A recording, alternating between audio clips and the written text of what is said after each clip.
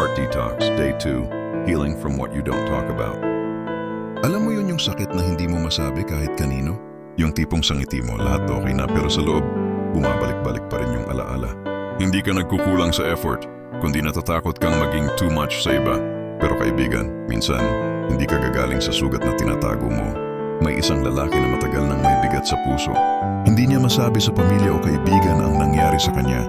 Araw-araw iniisip niya kung paano siya magiging okay.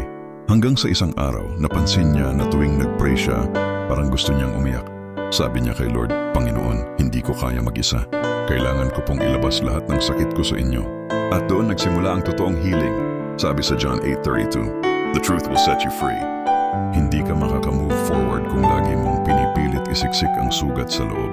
Hindi mo kailangang mag-open sa lahat, pero kailangan mo maging honest sa sarili at sa Diyos.